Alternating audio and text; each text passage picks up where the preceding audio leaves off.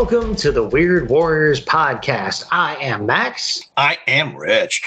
And on this podcast, we normally focus on the Weird War Tales comic book series published by DC Comics from 1971 to 1983. However, on this episode, we are going on a bit of a special mission, and Rich has a little something to tell you about it. Retroactive history first.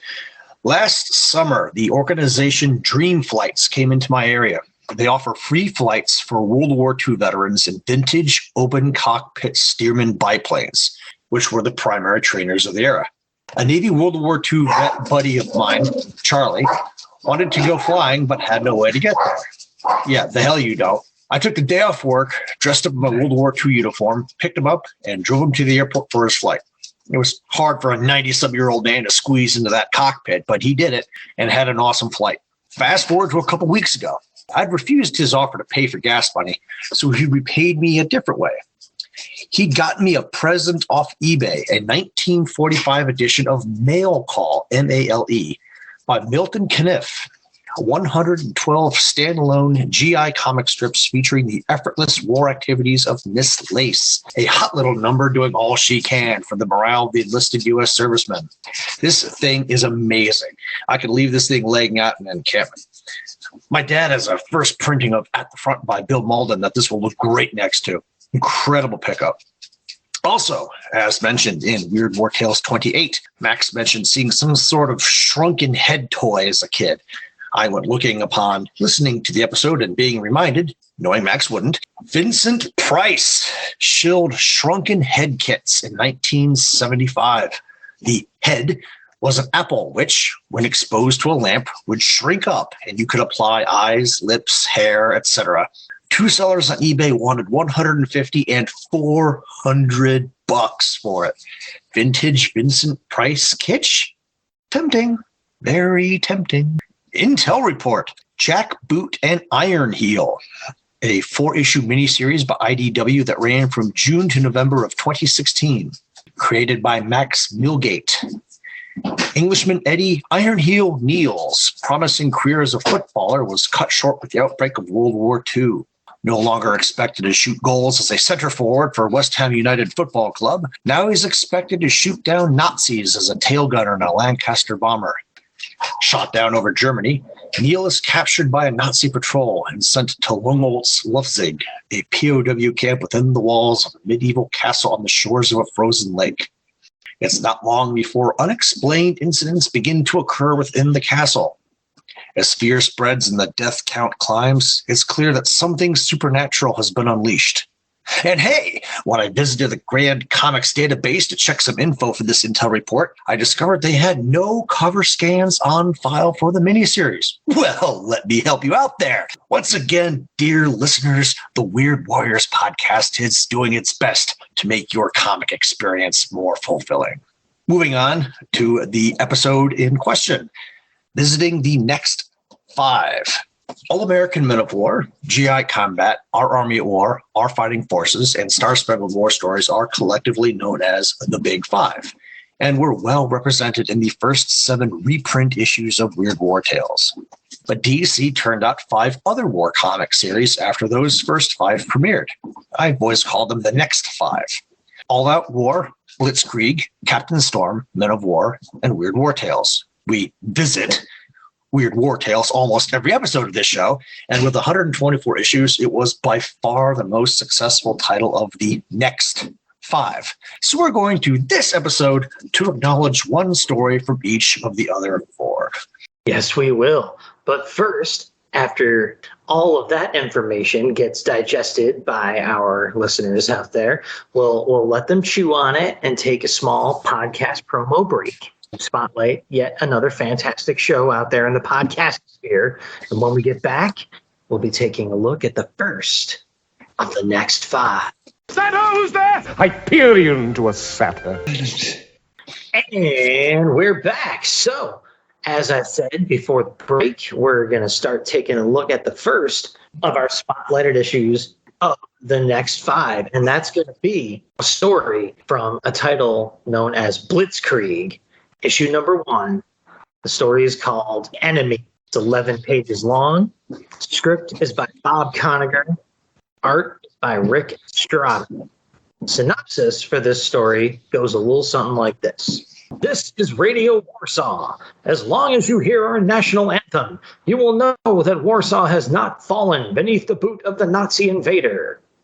3 German soldiers, Franz, Ludwig, and Hugo, are taking a break from the fighting. A nearby loudspeaker is broadcasting the anthem. Franz admires the music that reminds him of Chopin. As Hugo takes a drink from his canteen, a bullet rips through it. Polish resistance in a house on the corner. A sergeant orders the 3 Germans to blitz it. Their fire quickly eradicates enemy resistance until only a woman and a boy remain. A call to cease fire is countermanded, and the 3 Germans mow the 2 remaining civilians down. This is Radio Warsaw. As long as you hear our national anthem, Warsaw still stands against the Huns. As the Germans move through the city, they come under machine gun fire from a bakery.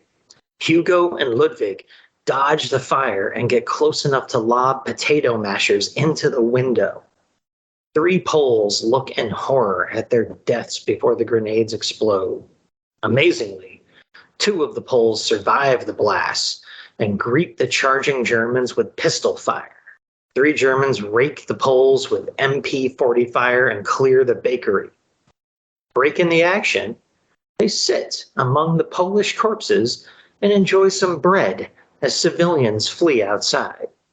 Warsaw still stands against the Hun invader.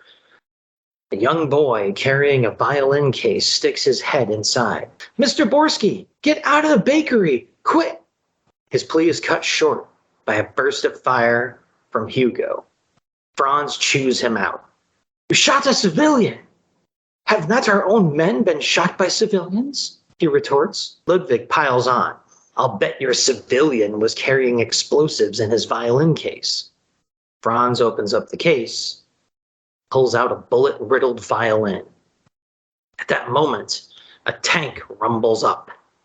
The lieutenant commanding it orders the sergeant to gather his men and follow him. They are going to silence the enemy radio station that is broadcasting the Polish anthem. Warsaw still stands against the Huns. As the German column approaches the target, comes under sniper fire. 3 of them fall before the Panzer returns fire and blows a hole in the building. As the Germans advance, a Molotov cocktail flies out of a window and smashes against the Panzer. The lieutenant is trapped by the flames and burns.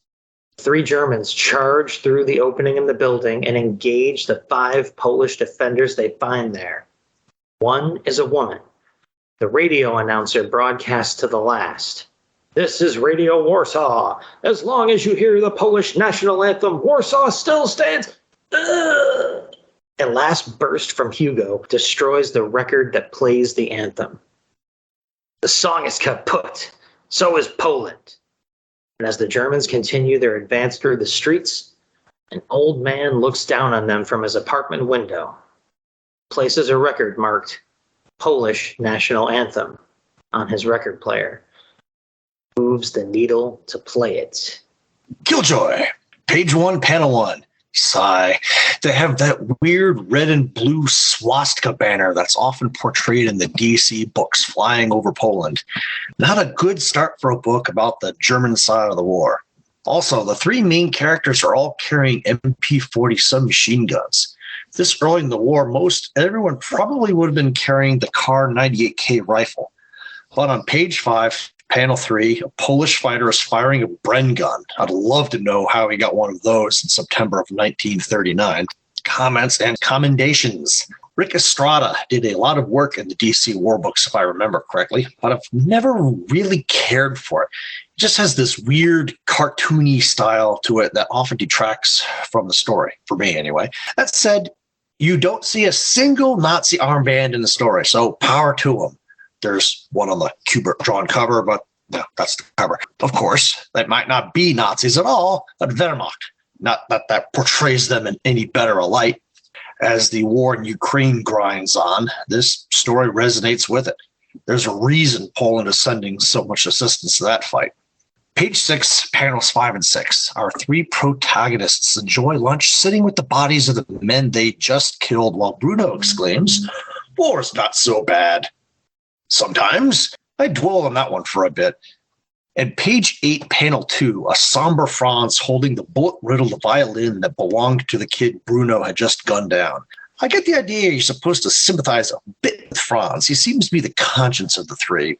Again, for all the good it does. Yeah, indeed. And I guess I should have mentioned at the top that Blitzkrieg was an experiment by DC to do a book from the German perspective in World War II. As Rich will mention later on, much like they had had success with Enemy Ace, a book that centered on the enemy's point of view. That being said, I got to disagree on Rich's appraisal of Estrada. I've always found his work to be very similar in tone to Alex Toth's in many ways, filled with more lines and hatching than Toth's, and yes, perhaps a touch more cartoony or abstracted when it comes to the faces and so on. But I find that touch has a similar effect that it can have in a well-done anime or manga. The archetypal faces let you see more than just one person, driving home the universality of the experience portrayed on the page. It works for me here, for sure. And in a similar vein of technique, the rest of the environment, even the characters' bodies, are rendered pretty realistically, allowing for the same effect that, again, Japanese manga often aims for: abstracted but recognizable characters trapped in very real, often very brutal and disturbing circumstances.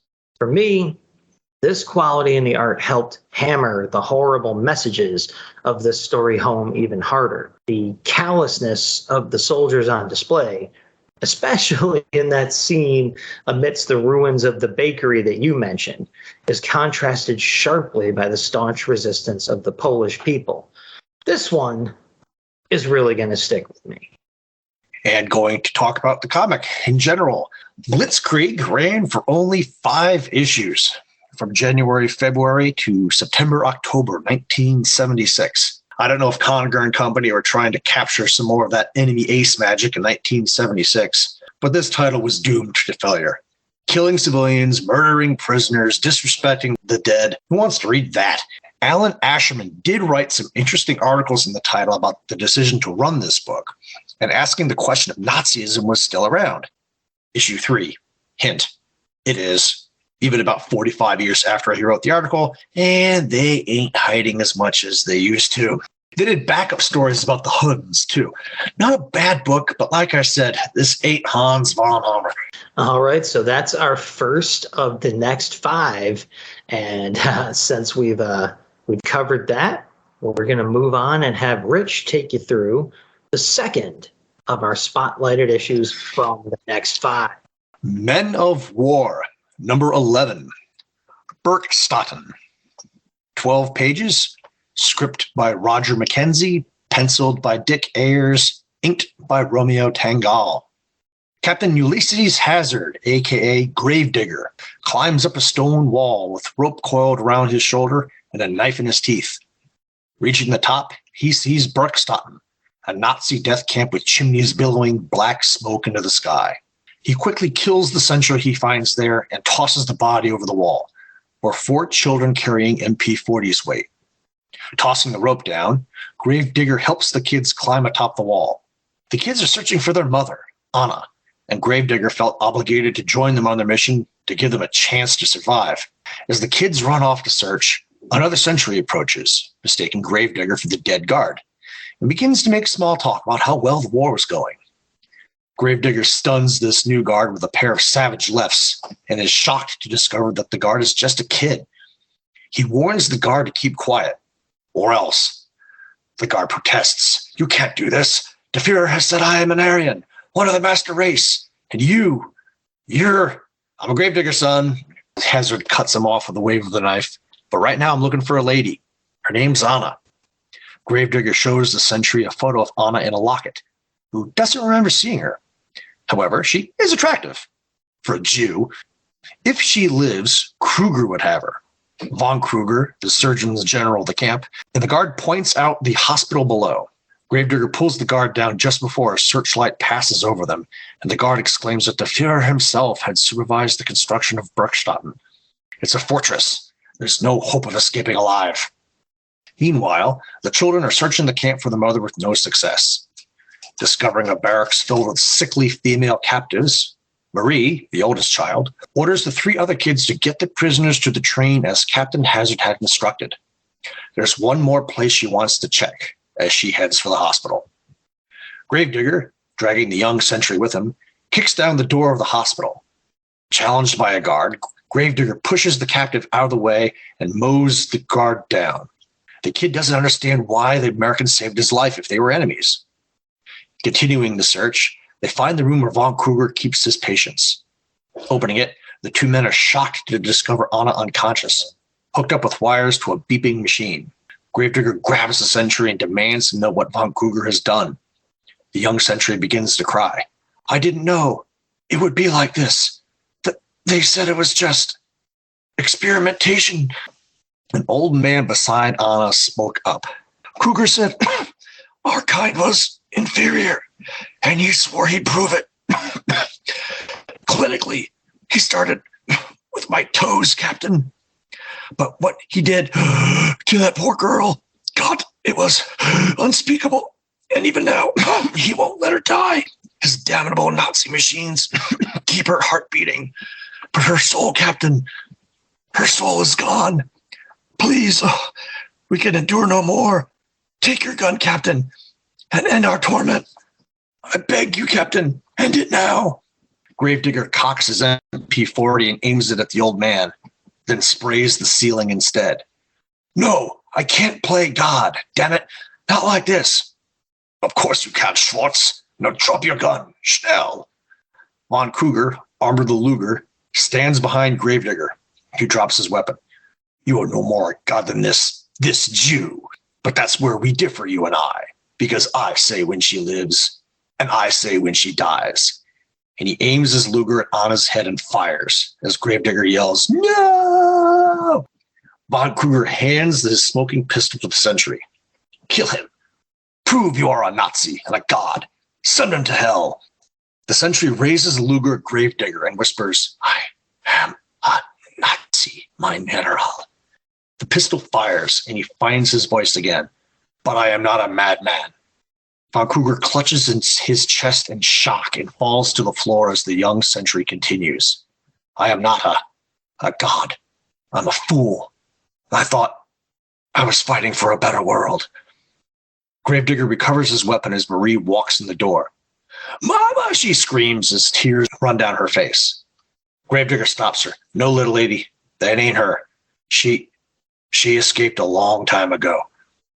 Sirens start to blare as the American scoops Marie in his arms and they begin to run, leaving the sentry behind. It's over. Isn't it, Private? The old man wheezes. Soon, the reply. I'm sorry. So very sorry. Outside, Gravedigger hears 2 shots, and the sentry staggers to the window. The old man escaped with Anna. We've all escaped. He slumps out the window, dropping the Luger. The train's whistle sounds as it starts to leave the camp. The other 3 kids trade fire at the enemy as Gravedigger runs to catch up. Gravedigger and Marie shoot a nearby fuel tank, which explodes and creates a diversion. Running as fast as he can, he catches the train and climbs aboard as the engine smashes through Bergstatten's gates. Marie tells the other kids that they couldn't find their mama, but Gravedigger suggests they might have found a train full as they speed away from the flaming camp. Killjoy was here. History Minute. There's a few miscolored swastika flags in the story. Page 5, panel 5 is the most egregious. White on red on white? What the hell, guys? But I'd really like to know who was running the train. Certainly not those 3 little kids. As I'm sure many of our listeners are aware, the U.S. Armed Forces were segregated until President Harry Truman ended it in 1948 with Executive Order 9981. For the longest time, it was thought that blacks were cowardly, inferior soldiers. They were thus delegated to menial jobs like truck driver, longshoreman, steward, or gravediggers, which was what Hazard was at issue 1 of this series until he infiltrates the Pentagon to prove a point. We all know about the Tuskegee Airmen, but there was also the 761st Tank Battalion, also made up primarily of black soldiers. Towards the end of the war, manpower shortages made General Dwight Eisenhower reconsider using black soldiers as infantrymen. Companies are usually made up of 4 platoons, but in early 1945, a 5th platoon, made up primarily of black soldiers, under white officers of course, was added to many companies and some divisions. Their performance under fire went a long way to desegregating the military. Read Blood for Dignity by David P. Coley for an in-depth look at these 5th platoons. Gabe Jones and Sergeant Fury, Jackie Johnson and Sergeant Rock, Gus Gray and the Haunted Tank are all great comic characters, but the odds of them being in all-white units in reality are pretty slim. I think Jackie's presence actually got addressed in one issue of Sergeant Rock.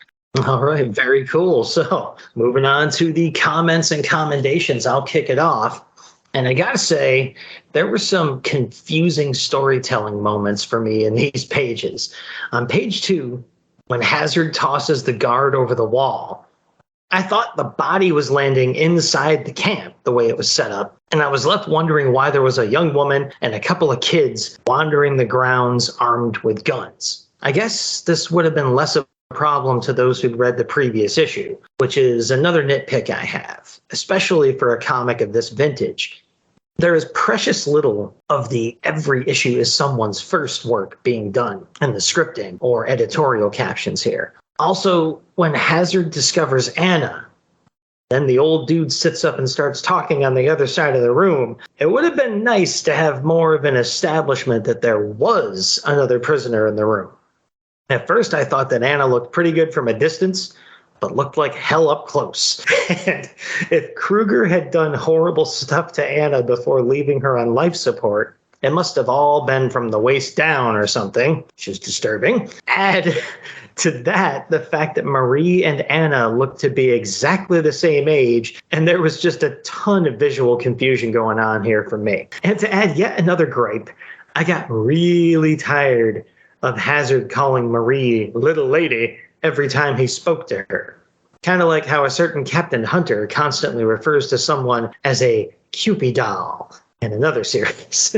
But that's outside the purview here. The art, as I said, fell down in the storytelling department for me and was serviceable but otherwise unremarkable throughout, in my opinion. This should have been a deeply impactful story, but it ended up leaving me more annoyed than moved. A waste, considering the paucity of African-American protagonists who have crippled legs but can catch up to a moving train while carrying a little lady in their arms. I will say that I adored Mackenzie's opening narrative captions on the splash page. Handler of the dead, a rather ignoble position for a man soon to become legend. But then, no one ever said that war is long on logic. Just ask Ulysses Hazard, a man who had to fight not only the enemy, but his own country to earn the codename Gravedigger. But down here we have, while Hazard is climbing the wall, we have the true narrative caption of, it is cold here, despite the raging fires, perhaps because of them, and the dark, smoldering ovens that belch black, putrid smoke into war-torn German skies. Because this is the Nazi nightmare known as Bergstatten. And Ulysses Hazard knows full well he scales the walls of hell itself this night. Good stuff. Yeah, this is probably one of the darkest DC war stories I think I've ever read. From the Joe Kubert cover of Gravedigger tangled in barbed wire watching a guarded column of Jews heading for the ovens, to Von Kruger wantonly executing Anna and the discovery of emaciated female prisoners in the barracks. This one was a hard one to get through. The scene with Marie after discovering her mother took a couple of seconds to register also. Along the same lines, however, I could think of no better standalone story / chapter in this title to use. I think I've mentioned in the past to having been to Anne Frank's house in Amsterdam and visiting the haunting and largely underground Memorial des Martyrs de la Déportation behind Notre Dame Cathedral in Paris, dedicated to the living memory of the 200,000 French deportees sleeping in the night in the fog, exterminated in the Nazi concentration camps.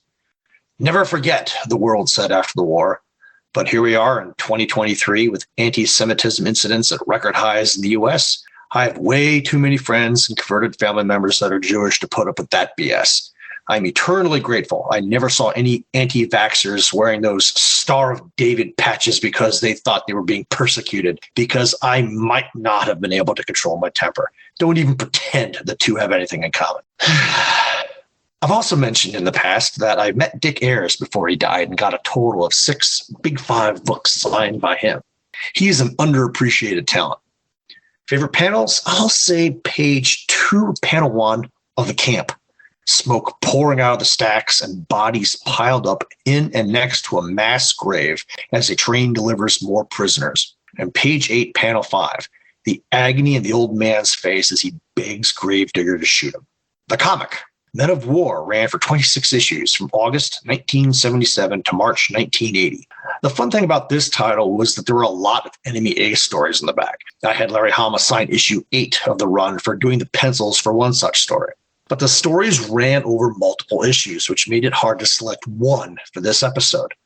Mademoiselle Marie, the unknown soldier, and Sergeant Rock all made appearances, which is appropriate because I consider Gravedigger to be a combination of the last two. Jerry Grandinetti was the artist for the regular feature Dateline Frontline, about a war correspondent. A good middle-of-the-road title, not to be confused with All American Men of War. All right, so that's 2 of the next 5 covered.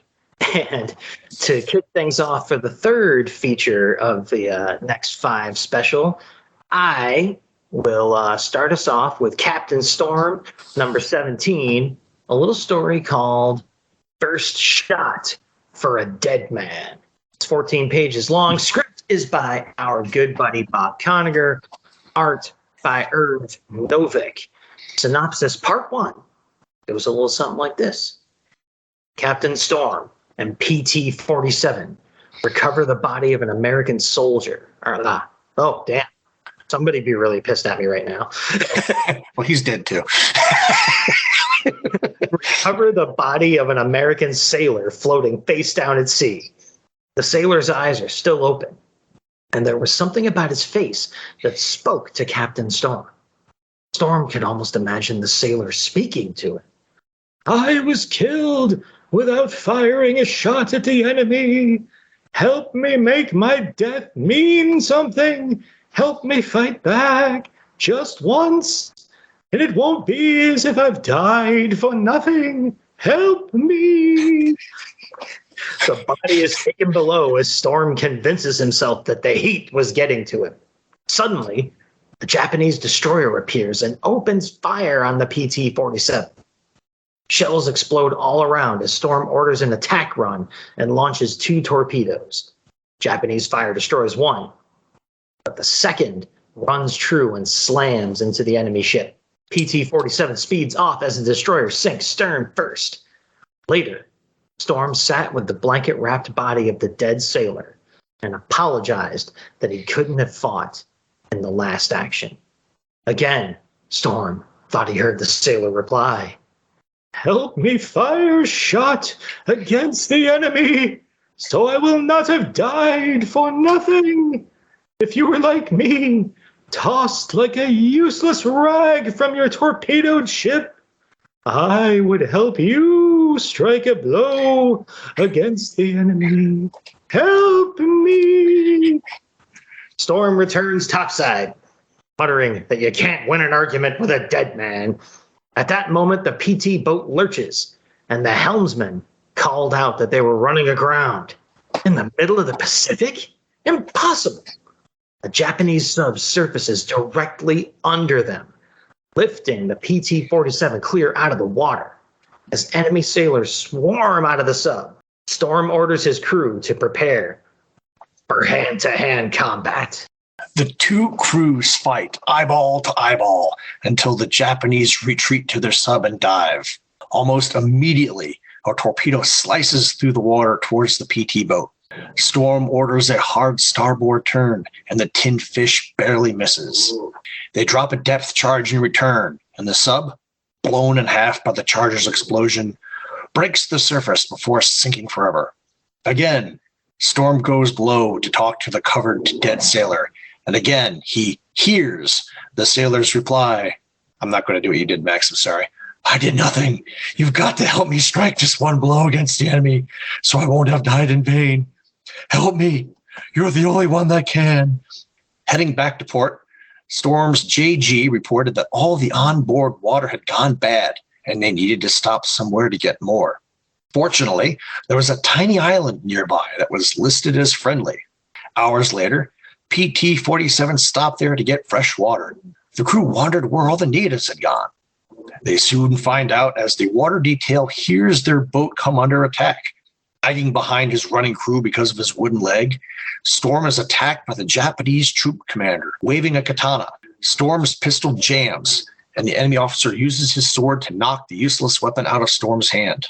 As the enemy swings his sword back for the killing blow, Storm parries the attack, then uses a karate move to defeat the officer. The water detail scrambles aboard as the PT's guns duel with the Japanese soldiers ashore before heading out to sea. Yet again, Storm goes below to talk to the covered body, and yet again, he hears the reply. When the right time comes, you'll give me the chance to fight, won't you? You won't let my death be so cheap that I couldn't fire one shot against the enemy. You're the only one who can help me. Help me! Storm goes on deck, promising himself he wouldn't talk to the body again. Two enemy fighters suddenly swoop by on an attack run. Return fire blasts one fighter, but the second drops a bomb that explodes alongside. The concussion flattens the entire crew. No one is able to man the guns as the fighter swings around for a second pass. Storm laments, "This is the time for that sailor to fire his first shot against the enemy. I wish he only could." It must have been the effects of the blast, because Storm is shocked to see the sailor man a deck gun. "I heard you call for me. I'll take over now, Skipper," he cries. He opens fire on the fighter, holding his ground. "I'm not dying so cheap this time." He blows the fighter out of the air and the wreckage crashes into the water nearby. The sailor smiles, then vanishes. Storm uses the gun to haul himself to his feet as the JG comes to. "You got him, Skipper," he cries. Storm limps below. The blanket that had covered the dead sailor had loosened, and there was a smile on his face that hadn't been there before. Crazy things happen at sea. I wished for him, and he came. He didn't die cheap this time. Killjoy, History Minute. It's a 60s DC war comic. How much time do I have? Meatballs galore. Page 4, panel 4 on the destroyer's bow, and page 13 and panel 6 on the fuselage and tail of the downed enemy plane. Page 1, panel 1, the colors of the rising sun on the conning tower are backwards. Page 7, panel 2, no sub has a doorway like that. Page 8, panels 1 and 3, the sub just submerged and they were able to get the distance in mere seconds to fire a torpedo at PT-47? Sure. Just in case there's anyone out there that doesn't think a man with one artificial leg can't fight, allow me to introduce you to a man that fought with two. Sir Douglas Bader was a Royal Air Force flying ace during the Second World War. He was credited with 22 aerial victories, 4 shared victories, and 6 probables. Bader joined the RAF in 1928 and was commissioned in 1930. In December 1931, while attempting some aerobatics, he crashed and lost both his legs around the knee. Having been on the brink of death, he recovered, retook flight training, passed his check flights, and then requested reactivation as a pilot. Although there were no regulations applicable to the situation, he was retired against his will on medical grounds. After the outbreak of the Second World War in 1939, however, Douglas Bader returned to the RAF and was accepted as a pilot. He scored his first victories over Dunkirk during the Battle of France in 1940. He then took part in the Battle of Britain. In August 1941, Bader was forced to bail out over German-occupied France and was captured. Having an artificial leg actually saved his life when it was pinned in the cockpit, and he was able to break the strap attaching it to his body. Soon afterward, he met and was befriended by Adolf Galland, a prominent German fighter ace, who permitted the British to drop a replacement leg to him. Despite his disability, Bader made a number of escape attempts and was eventually sent to the escape-proof prison camp at Colditz Castle. He remained there until April 1945 when the camp was liberated by the 1st United States Army. Total badass. Comments and combinations. This is one of the Go-Go Check comics our buddies at the Checkered Past podcast are covering, although I don't know if they've covered this particular issue yet. A weird war tale. I really like Novik's art here. One could argue he's a bit heavy-handed on the inks, but it doesn't seem to detract from the story. I'll call out 3 panels. Page 3, panels 2 and 3. PT-47 blown into a 45-degree list from a near miss. Men holding on for their lives as Storm bellows orders, really capturing the action.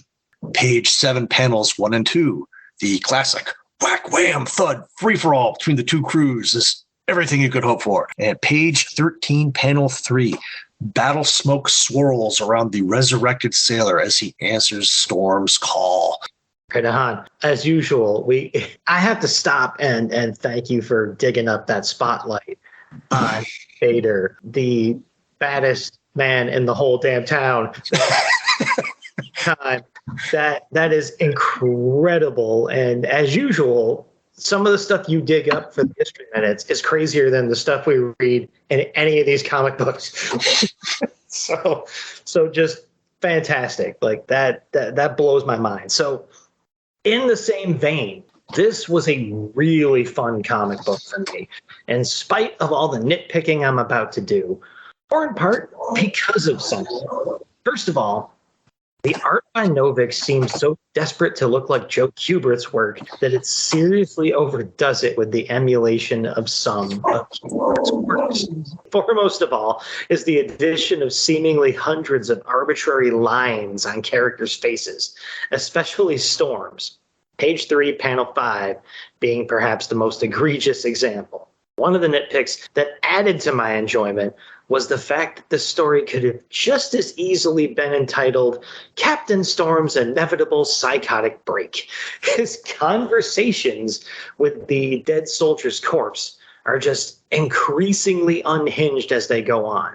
And I like the moment when he got caught talking to himself on page 5, panel 4. As for the resolution of the story, I found myself thinking, head trauma and rigor mortis, one hell of a combo. I threw some shade at the shading in the art, but otherwise Novik just blew this issue out of the water. Also, the action and movement on the water is particularly dynamic and engaging. Page 4, panels 4 to 5, page 9, panel 5, check them out. And the use of one of my favorites, call out circular spotlight panels throughout the story is really well done. Page 1, panel 2, page 2, panel 2, and so on. Being a Larry Hama bred G.I. Joe fan myself, I loved all the casual military jargon being tossed around, like tin fish, torp, and roll out the barrel, all on page 8. It's fun for me. It's how I learned any military language, was Larry Hama dropping that stuff in and explaining what he meant in a little caption. And lest I forget, the cover to this issue was flat out awesome. This was a big, fun thumbs up for me. I loved it. Okay. The comic, Captain Storm, PT Boat Skipper, ran for 18 issues from May-June 1964 to March-April 1967. No doubt the title was inspired by the assassination of President John F. Kennedy in November of 1963, who was the skipper of PT-109 during the war.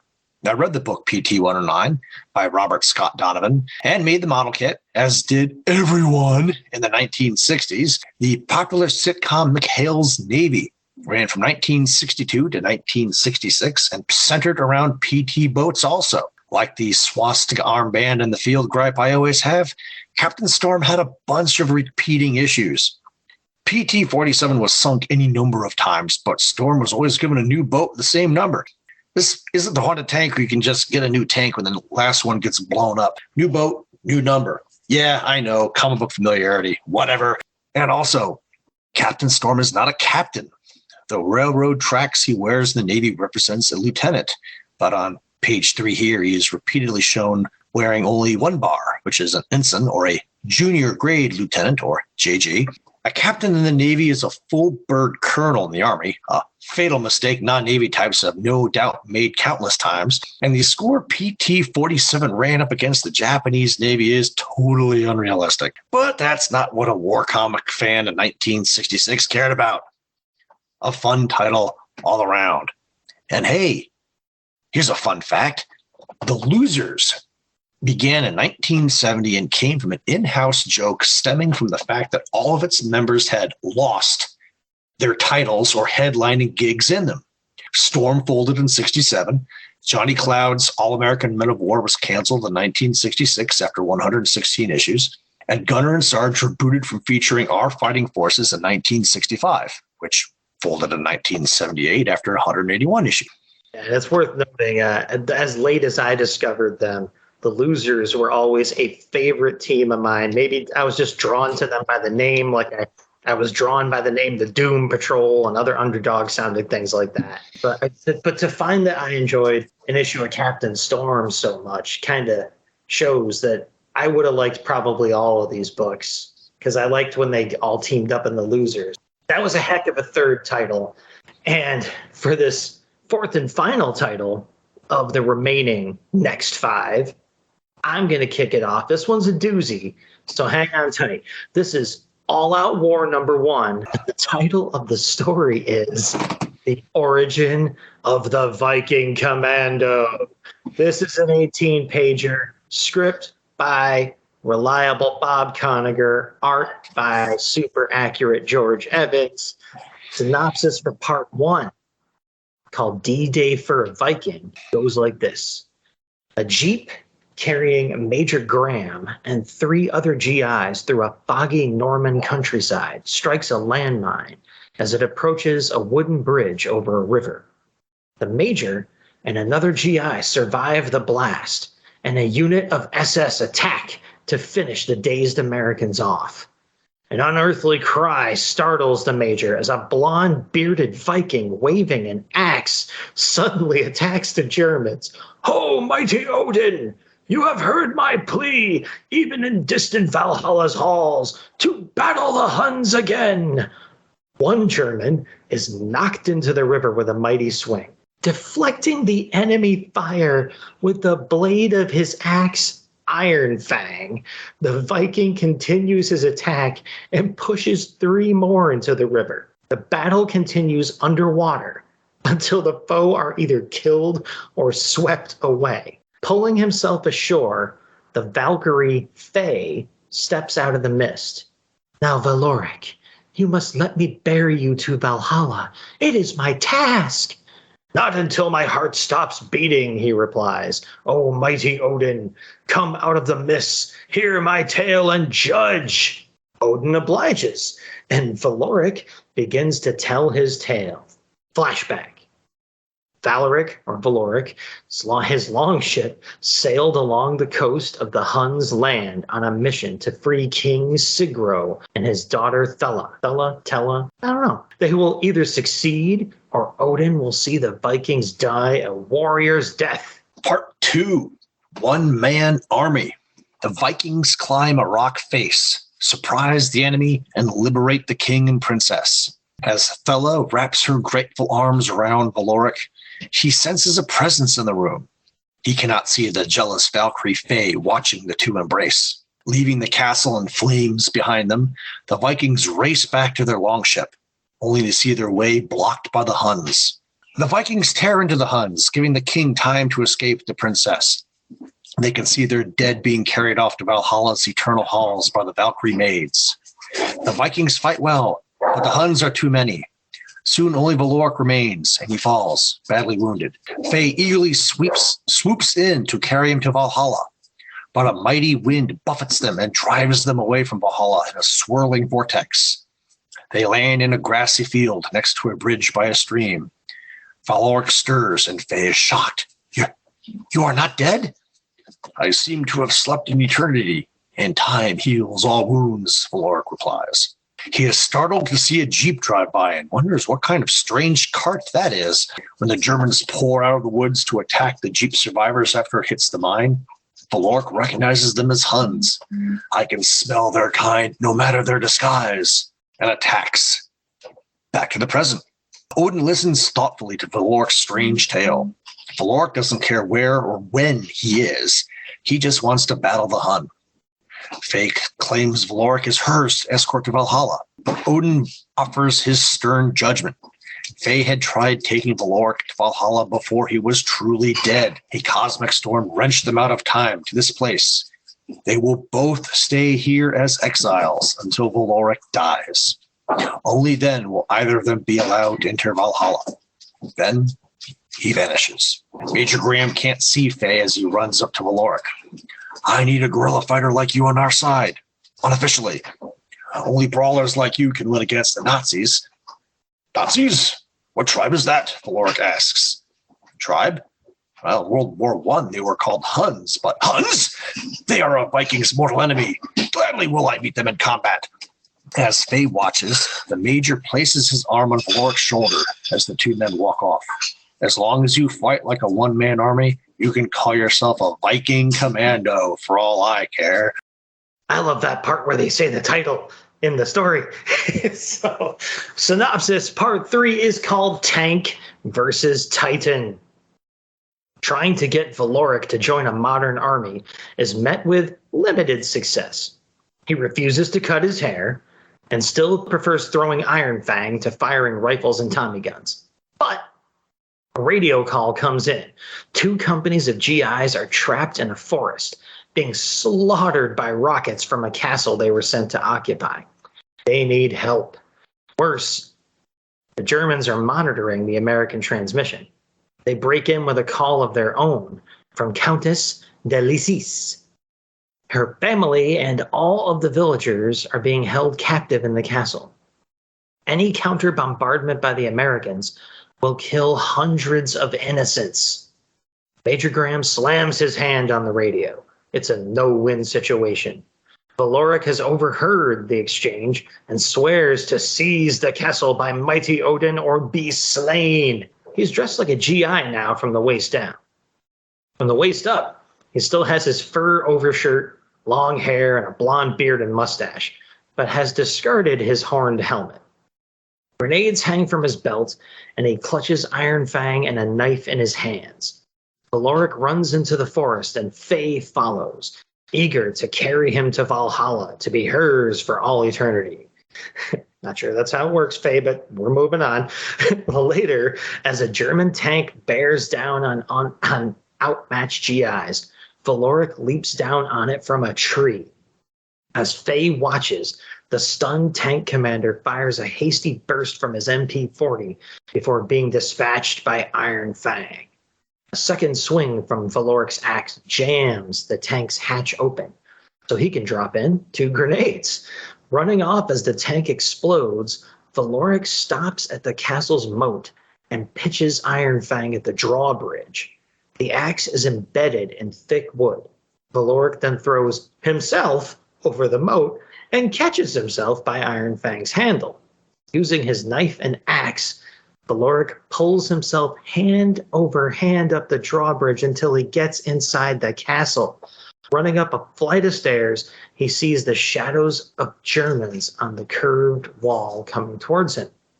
A burst of Tommy gun fire from Valoric ricochets off the wall and kills them. Reaching the ramparts, Valoric is distracted by the sight of the Countess and her daughter.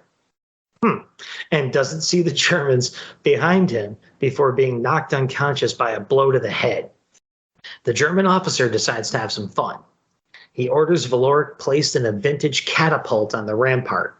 On his command, the catapult will launch the maniac at the advancing Americans. Then, they'll fire another salvo of rockets.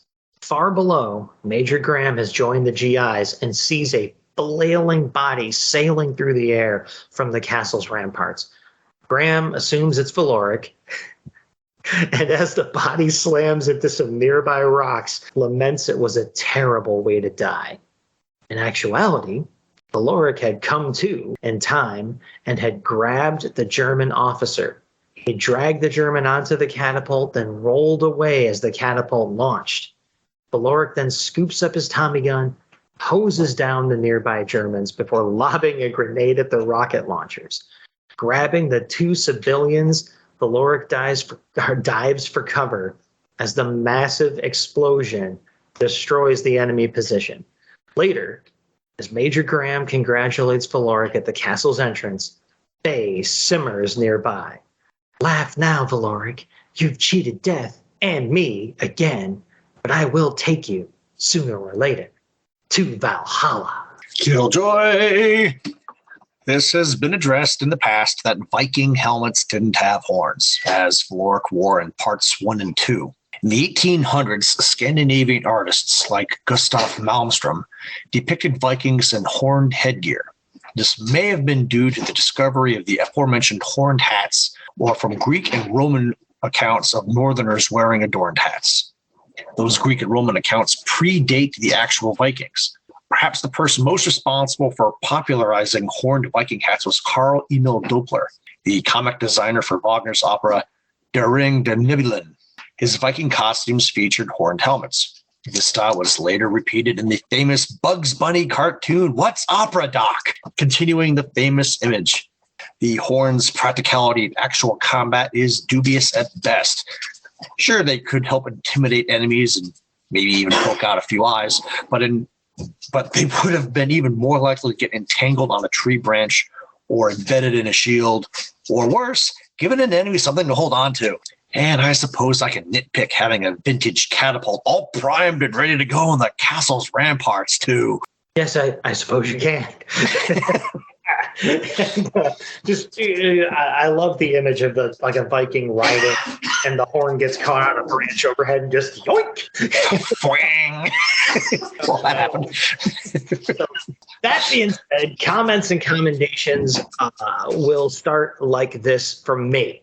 It was another overall fun one that I had just one really big nitpick about.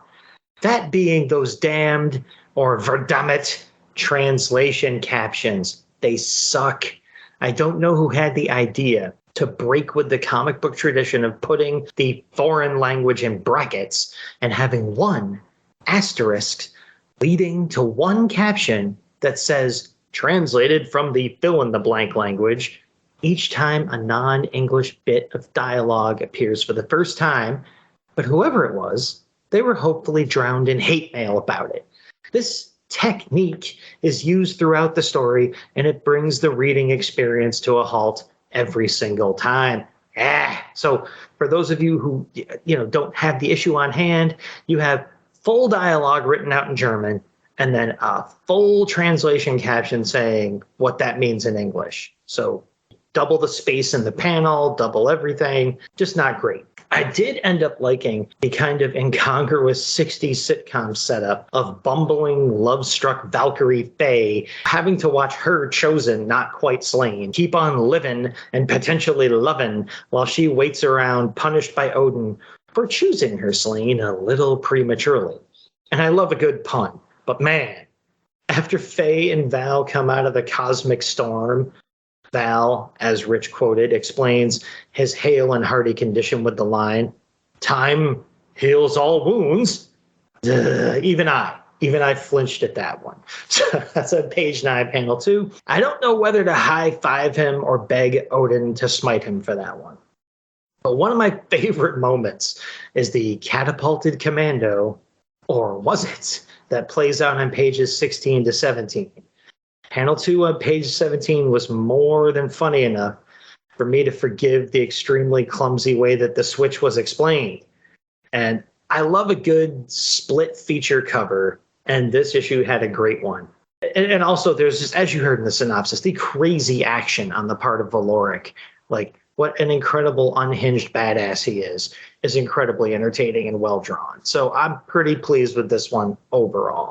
Valkyries are supposed to be valiant warriors in their own right. If the Thor movies have taught me anything, Faye constantly fretting over her longing for Valoric kind of rings the old comics man bell for me pretty robustly here. Evans does a solid job on the art duties. My favorite 2 panels are on page 7, panel 4, where the Valkyries carry off the Viking dead during their battle with the Huns in front of a wall of flames. Sidebar, Valoric is the only living combatant wearing the horned helmet in the whole story. The dead being carried off all happen. So close to me not having my primary Killjoy. For a chuckle, we'll also go with page 11, panel 1, where Valoric tosses the GI barber out of his hand. The comic. All Out War was a giant battle book like GI Combat for 59 issues from 1977 to 1983 that ran for only 6 issues from September-October 1979 to July-August 1980. You can't tell me that Viking Commando wasn't directly inspired by the Viking Prince, who teamed up with Sergeant Rock in Our Army at War 162 and 163 in early 1966. To parrot my thoughts from Blitzkrieg, I don't know how long a temporarily misplaced Viking was going to be able to be the headliner of a new war comic. And Faye constantly pining for Valork to die so she can take him to Valhalla is at the same time morbid and tiresome. There are recurring Gunner Sergeant Pooch backup stories that I like, and a black P-38 pilot called the Black Eagle. When I first saw the logo, I thought it was the Blackhawks. Regularly teams up with the Haunted Tank. He didn't last long either. GI Combat did it better. But, so, anyway, to wrap, DC had 6 war books in 1980 and the end was coming. This title and Men of War were scrapped that year. Unknown Soldier went down in 1982 after 268 issues, and Weird War Tales in 1983 after 124. Sergeant Rock and GI Combat would hold out until 1988 and 87 respectively, with 422 and 245 respectively. So yeah, WWT ended up holding out for quite a while. So no mailbag this time. So let's look for some fun stuff. In the very back of Blitzkrieg, we have a Sam Glanzman battle album, the Dornier Night Fighter DO 335A. That looks weird, right? God, the Germans came up with some crazy stuff. Officially called the Arrow, it was nicknamed the Anteater by its crews. The first known encounter with Allied aircraft was with the Hawker Tempests as portrayed here. But no aircraft were down. I'll read a little bit from the story here. In Hitler's Germany, another superweapon emerged from the drawing boards, but red tape and jealousy between high-ranking officials created its downfall. One of the largest single-seat fighters ever built at the time, and a weapon that could have changed the outcome of the war, was squashed. As with many of Germany's aircraft, it had an ejection seat, which, when operated, also blew explosive bolts securing the dorsal fin, preventing the pilot from smashing into the tail during ejection. In the event of a belly landing, the ventral tail could also be blown. 2 Daimler-Benz DB503 engines, driving 3-bladed propellers and a GMI nitrous oxide injection, gave this ship an appreciable edge over the hottest Allied prop-driven fighters. Allied bombing raids at the head of the Hinkle Aircraft Company, ignoring orders to suspend production of their HE-219 aircraft to supply similarly required parts for the Arrow, resulted in only 37 being built before the war's end. I had a model of this thing when I was a kid. There's one surviving example being restored for the Air and Space Museum in Washington, D.C. Great to have you back, Sam. Very cool. My fun thing comes from I'll just say it, a favorite issue of the ones we looked at, Captain Storm. In the middle of the pages of this issue, we have a little military humor gag thing, page of jokes and yucks called Navy Jives. And they're actually not bad. 3 out of 4 of them got as much of a chuckle out of me as any random newspaper gag I might have read as a kid back in the day. To me, this was amazing, considering our track record with the military humor comic pages and the comics we've been talking about. These were pretty good. Paired to, the reason I'm raving about this so much is I saw this page and I was like, oh dear God, another page of humor in a military comic. And I actually kind of smiled at 3 out of the 4. I mean, one of them is just gruesome, but that in its own way, that's kind of funny. But you'll see it in the album. So a rare win for the military humor gag page for me. So fun stuff out of the way.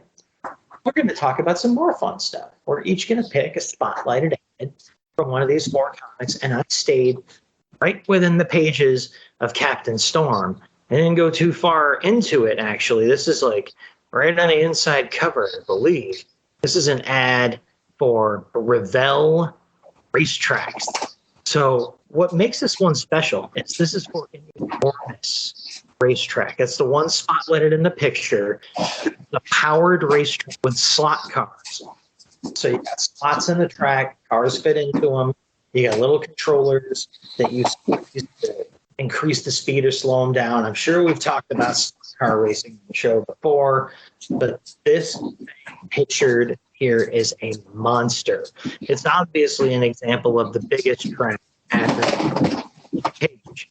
It's, be a 5-foot, 4-lane high-speed track or a 50-foot, 2-lane track. But what makes it even better is this ad just has some of the greatest descriptors. It has like your selling points, like 5 selling points for the Revell racetracks. Number 1 is a track that can take it. Yeah, a layout you can change. Cars that are built to take it. Again, my favorite, number 4, controllers that stay cool. Revell controllers have ample ventilating slots to ensure cool operation. In addition, the case is made of heat-resisting glass-filled nylon. The controllers are shaped to fit in your hand. They have a one-piece no-tangle cord and just plug into the track. That sounds like a whole lot of caution about these controllers. Like, this time, we made controllers that won't explode in your hand and set the house on fire. And then right below that's a power pack with enough power, which also sounds like a promise that this racetrack will not just be a giant potential house fire. I just wonder who in the world was allowed to have this 25 to 50 foot racetrack in their house. The ad shows like 4 dudes, 4 kids laying around with this thing set up in what must be at least the size of your average living room and nothing nearby them. It may be in the basement somewhere, but I cannot imagine. But this thing was just the coolest ad to me, especially because of the emphasis on this can take some punishment and it won't burst into flame.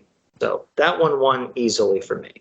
Well, just as you stayed in Captain Storm, I stayed in Blitzkrieg, the $6 million man action figure by Kenner. All the excitement, all the realism, all the bionic action. Colonel Steve Austin, a backpack radio that really works. Bionic transport and repair station. See through his bionic eye. You work his powerful bionic arm. It actually lifts the engine block that comes with Colonel Austin. I had this toy as a kid. I'm old enough to remember the TV show too. And the Bionic Woman. Looking through his bionic eye is a bit creepy, though. It's almost like you're looking through an exit wound in the back of his skull. Look at me pick up this engine block with one hand because, I can, and that's a handy daily skill. Just don't get any oil on my 1970s orange tracksuit with the wide collar. I need to go out and rewatch the show opening for this thing at some point. Remember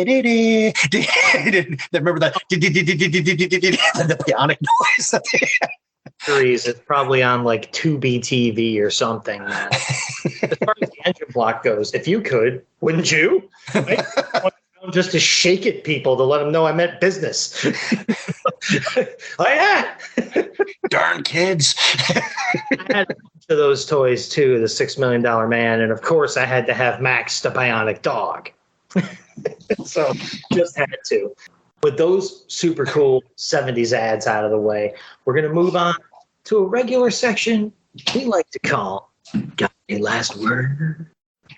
Yeah, I'll admit, this was a lot more work than I planned on. Skimming through 55 books, looking for a good story, and then looking for ads and assorted fun stuff in the 4 winning issues, etc.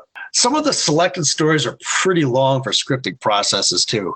But we got the rest of the DC War book titles their due. After some prolonged waffling, my favorite story is, as I'm sure Max will agree, First Shot for a Dead Man, between the 1960s hoo-ha, actual weirdness, and the fun history minute. Now, I got to say, as we were recording this episode, I changed my mind from what I scripted and gotten last words here. Captain Storm, First Shot for a Dead Man, runs away with it for me on re-experiencing it, going through recording the episode. It was neck and neck with Viking Commando, but the translation captions really hurt Viking Commando in the running, and Captain Storm was just too freaking crazy to not be my favorite. So I liked 3 out of the 4 here. I liked Blitzkrieg a little more than you. I agree that wouldn't have been a great idea for a long running series, so it wasn't. But Gravedigger was just too choppy in the execution for me to enjoy. So Captain Storm takes the PT-47 and rides to the lead for me. There we go. That's our last words for this excellent side trip special project episode. And again, Rich mentioned all the work he had to do. Yeah, he did. He had to filter all the stuff through, and I just get to waltz in. He's like, thanks for doing all the heavy lifting, Rich. And go, 4 stories. I guess they're okay. And Rich just. Thanks, Nate, for doing all the hard stuff. Really settles in on Rich. We're going to move on to another regular section of our episodes called the Dead Letter Office, where we talk about interacting with our fans. One way you can do that is to go to redbubble.com, look for the Weird Warriors podcast, and hit the Weird Warriors podcast PX, and get our awesome logo designed and drawn by Bill Walco of the Hero Business on any damn thing you can imagine. Rich also has a link up on the Facebook page. It'll take you right to our stuff because Redbubble isn't that great a website, but hey, that's where our stuff is. Also, in the Dead Letter Office, we like to mention people who stop by social media, Facebook, Twitter, and all that, to give us some likes and all that kind of stuff. So visitors this time around included FPI Glasgow, Wayne Burrows, Martin Gray, The Telltale Mind, Coffee and Comics, Mike Romero, Doc Strange, just Mr. Billy Delicious, Ranger Gord of the Prayer of Justice, a Greg Sanders Vigilante podcast, which is on a bit of a hiatus right now or on pause, so you got time to catch up. I have to elaborate. If you listen to comic book podcasts, if you like old comics, listen to Prairie Justice. He puts it on like a radio show. It's amazing. And, if he sees the numbers go up, maybe he'll record some new episodes. Tim DeForest stopped by, Bill Mooney, Luke Giaconetti, Herschel Mimis, and Clinton Robinson also stopped by. Now, over on our Gmail account, weirdwarriorspodcast@gmail.com, we got visits from Tim DeForest, the aforementioned Tim DeForest of the Old Comics and Radio Blogspot blog. And he wrote in to say he especially appreciated this episode, issues 14 and 28. So we're talking about Weird War Tales number 28 here primarily, were the 2 I remembered most vividly from my childhood. I wrote about number 14 on my blog a few years ago, says Tim, so I've had reason to think about the story critically. I've also reread Weird War Tales number 28 as an adult, but I realized when listening to this episode that I had always still looked at it through the eyes of a preteen. So it was great to hear you 2 discuss it. I can still enjoy it through my preteen eyes, which is pretty much still my emotional age, but being able to appreciate little ironies, such as the Colonel disciplining his cat with electricity, then dying by electricity, is also pretty neat. Thanks for a great episode. The encounter with the ants in the tunnel didn't make me think of Ant-Man, Tim says, but rather the 1954 science fiction classic Them, which ends with soldiers fighting giant ants in the sewers of Los Angeles. Also, in our Gmail inbox, we found our old friend and constant companion, Jason Zeller, the founder and sole owner, the Jason Zeller Binge Listener Award. He wrote in about Weird War Tales number 26 and 27, and he had this to say about Weird War Tales number 26. This had a classic Weird War Tales cover to me, with the skeleton soldier advancing on a hapless soldier. I think of these covers when I remember Weird War Tales. In The Survivor, I totally missed the pronunciation of DeVille as the devil, but did think he was either the devil or a time traveler. The classic evil-looking goatee helped as well. I too thought he bumped his fellow soldiers' aim so he could finish the victim off up close and personal, and did not see the Hitler reveal coming. He comments on jumping to hell and A Time to Die, and in A Time to Die, he mentions, was almost a carbon copy of a, wait for it, Twilight Zone episode. You don't say. Yeah, exactly. It was called King 9 Will Not Return and was set in North Africa. About Number 27, Jason says survival of the fittest was an interesting time warp purgatory Groundhog Day type story. For real. I love that one. For the general, he also figured it was a computer that was coming at the end, and that the veteran was interesting with the spaceship designs, but otherwise, with the flimsy reveal of it being a 15-year-old veteran, there was not much else to the story, and I kind of agree. So that is the Dead Letter Office. That's 4 of the next 5 covered. 4 of the other next 5 besides Weird War Tales that we are so dedicated to here at the show. So we're done, folks. All that's left is for Rich to tease you with what's next. Spoiler alert, we've just officially entered what's going to be an interesting run of episodes. But next, Weird War Tales number 35, Vampires for Max, World War I Aviation for me, Abominable Snowmen for whoever wants them. There's something for everyone. Tune in and see if I'm lying. I mean, would we lie to you at this point? Come on now. You can trust, Rich, anyway. I don't know about me. But before you consider that too deeply, let me remind you, this has been the Weird Warriors podcast. We have been the Battling Bros. I have been Max. He has been Rich. And we promise to make war Noble.